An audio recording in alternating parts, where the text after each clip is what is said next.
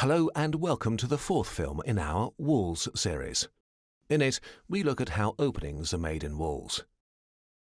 In an old German folk tale, when the burghers of Schulz realized they had forgotten to put windows in their new town hall, they decided they would bring in the light they needed in barrels.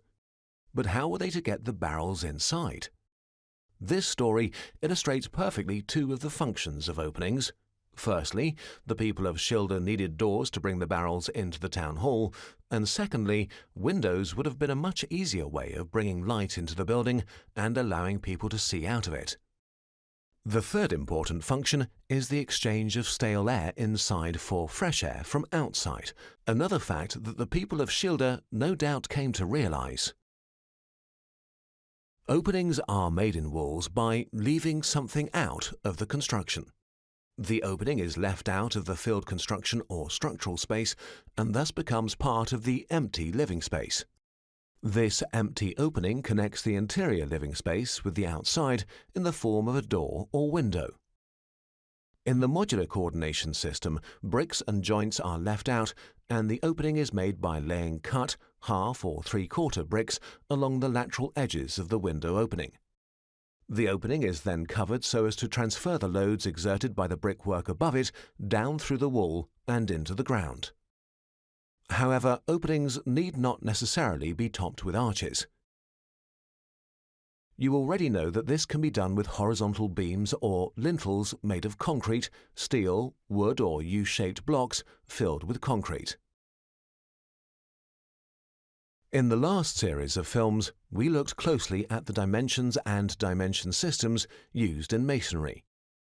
Modular coordination also plays an important role in the height of brick or block walls and in the height of openings, where the rule is nominal size equals coordinating or modular size plus joint. Unfortunately, the bed joint is 1.2 centimeters and the coordinating size is often based on a ratio of 25:3. Fortunately, this is simplified in practice and the specified size is given as in the floor plan.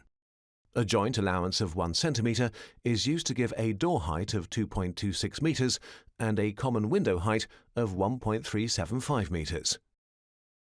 These elements are nevertheless built according to the sizes specified in German Standard DIN 4172 Modular Coordination in Building Construction. Now I'd like to take you back to another point that we mentioned in the previous series of films. Masonry walls very often involve rebates against which windows are fitted from the inside. This is the most effective design solution for protecting window openings against the effects of wind and driving rain. The technique of concrete construction involves building a sort of mold into which concrete is poured and then sets or cures. The positive shape of a concrete component is created using formwork, generally a mold made of sheets of wood that is strengthened externally by means of a steel or timber structure in order to withstand the weight of the liquid concrete. Since an opening is a negative space, it has to be shuttered accordingly. Formwork for an opening is built inside the formwork for the wall and thus prevents the relevant part of the construction space from being filled with concrete. Solid timber construction techniques are still rarely used. This photograph shows how timbers can be glued together to form a homogeneous wall. In terms of load distribution, this wall has more in common with a concrete construction than a masonry wall in which bricks are jointed to create a force-fit bond.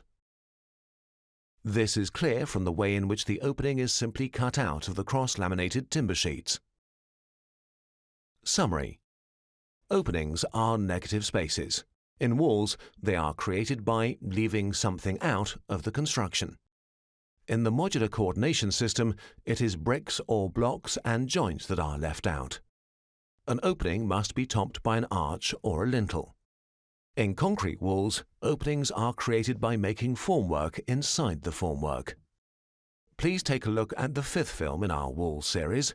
In it, we look at the other requirements made of exterior load-bearing walls.